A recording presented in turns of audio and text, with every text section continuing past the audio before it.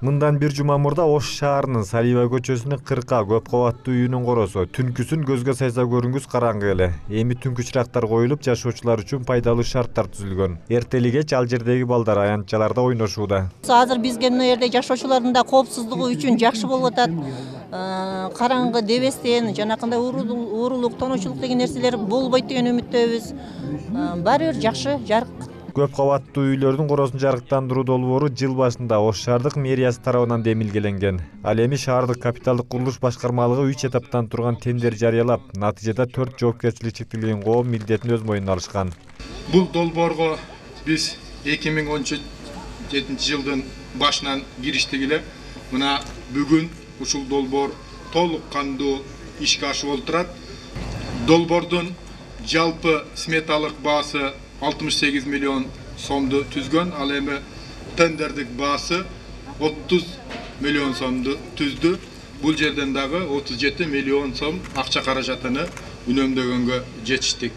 Жарыктандыруу иш-аракети менен вице-премьер-министр Дайыр Кенекеев да таанышып чыкты. Коопсуз шаар долбоорунун алкагында жүргүзүлүп жаткан самалыкты жакшы деп баалаган Кенекеев жергиликтүү элди жаңы түзүлүп жаткан шарттар менен куттуктады.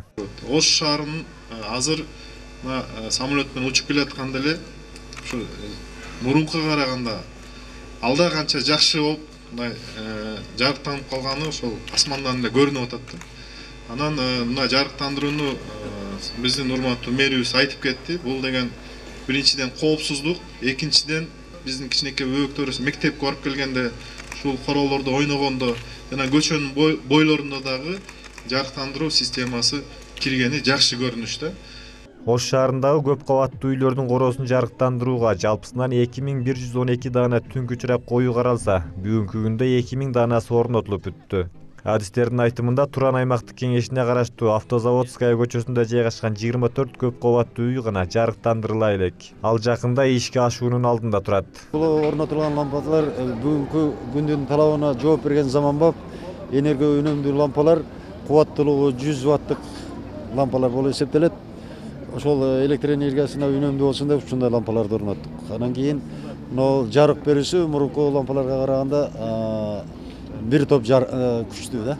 Аталган долбоордун ишке ашуусун Ош шаардык мэриясынын капиталдык курулуш башкармалыгы көзөмөлдөп жатат. Ал аяктаган соң түнкү чырактардын жоопкерчилиги Шаар Свет Оштогу электр жарык тармактары ишканасына өткөрүлүп берилет. Чынарбек Алипбеков, Самат Сайдамат уулу, Ош Бирим жаңылыктары.